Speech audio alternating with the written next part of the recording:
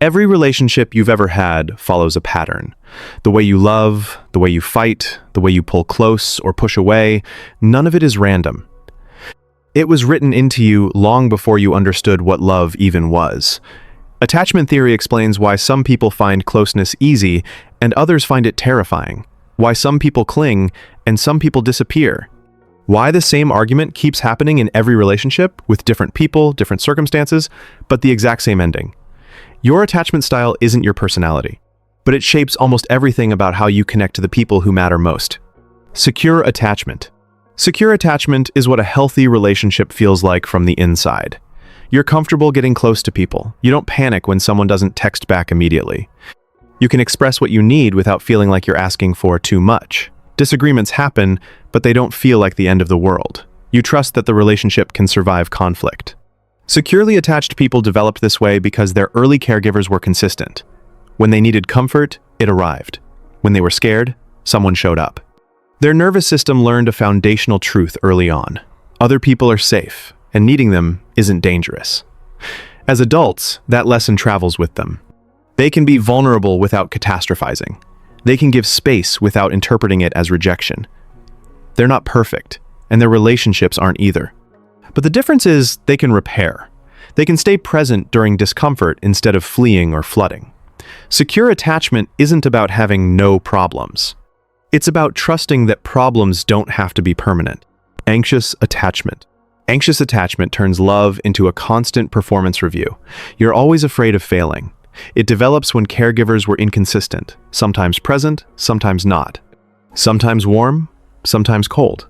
As a child, you couldn't predict when comfort would arrive, so you learned to pursue it harder. You became hypervigilant to emotional signals, always scanning for signs that someone was pulling away. That survival strategy follows you into adulthood. You send the message, then immediately regret sending it. You analyze their response for hidden meaning. You interpret a slightly shorter reply as evidence that something is wrong. Your brain is always braced for abandonment because it learned early on that love could disappear without warning. At the peak of anxiety, a partner's need for space feels like a slow goodbye. Reassurance helps, but only briefly. Within hours, the fear returns, and you need confirmation again. You know you're doing too much. You can feel it. But the anxiety doesn't respond to logic. It only responds to closeness, and closeness is never quite enough to quiet it completely. The cost is exhaustion, yours and theirs. And the painful irony is that the constant need for reassurance often pushes away the very people you're desperate to keep.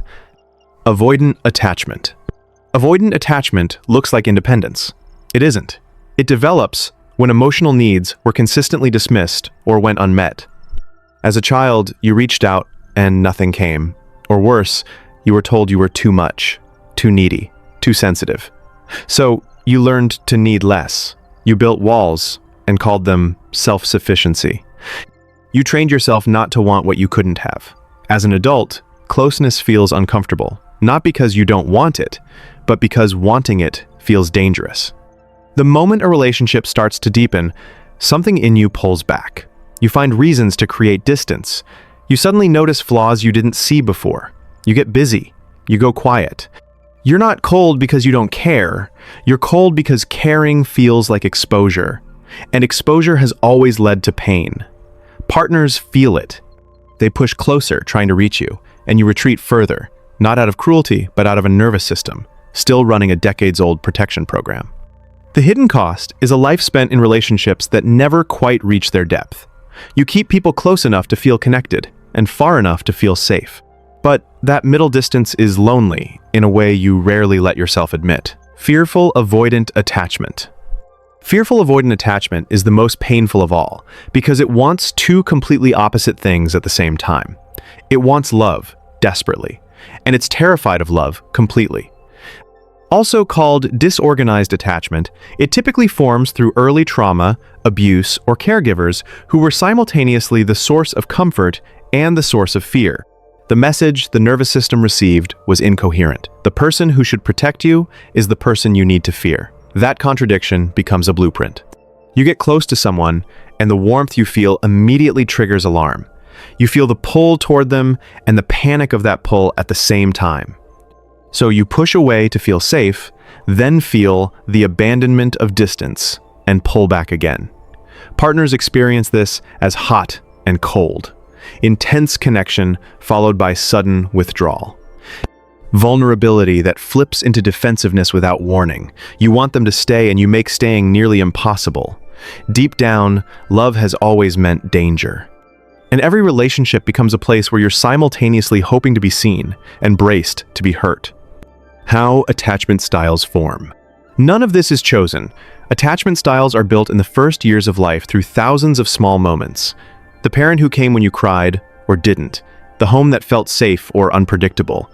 The early experiences that taught you what to expect from closeness. By the time you're old enough to understand any of this, the patterns are already installed. And then you carry them into every friendship, every romance, every partnership. You meet someone new, and your nervous system runs the old program. You're not responding to them. You're responding to every person who came before them. That's why identical situations can feel catastrophic to one person and manageable to another. It's never just about what's happening now. It's about what now reminds your nervous system of, can attachment styles change? Yes, but not quickly, and not by just knowing about them. Understanding your attachment style is the beginning, not the solution. The nervous system doesn't update through insight. It updates through experience, through relationships where the expected harm doesn't arrive, through therapy that helps you process what was built in, through partners who remain consistent long enough that your brain starts to revise the old prediction. Earned security is real. People who grew up anxious or avoidant can build the internal architecture of someone securely attached. But it takes time, repetition, and the willingness to stay present in discomfort instead of running the old escape route. The pattern doesn't end just because you've named it. It ends when you choose something different long enough that different becomes normal. Why this matters.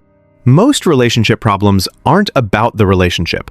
They're about two people bringing two completely different nervous systems into the same space, each one convinced the other is the problem. The anxious partner reads avoidance as rejection. The avoidant partner reads pursuit as suffocation. Neither is wrong, neither is broken. They're just running incompatible programs written before either of them could speak. Knowing this doesn't make conflict disappear, but it changes the question. Instead of asking what's wrong with them, you start asking what this is triggering in me. Instead of trying to fix your partner, you start looking at what part of you is responding. That shift from blame to curiosity is where real change begins. Your attachment style is not your identity. It's a strategy your childhood nervous system built to survive. You don't have to keep running it. You're not that child anymore. And the relationships you build from here don't have to follow the same blueprint as the ones that shaped you. If this video made you think about your own patterns, drop your attachment style in the comments. It might surprise you how many people are running the exact same program. And if you know someone who needs to hear this, share it. This is the kind of thing nobody teaches you growing up, but changes everything once you understand it. Subscribe if you want more videos that get into the psychology behind why people do what they do. New video every week. See you in the next one.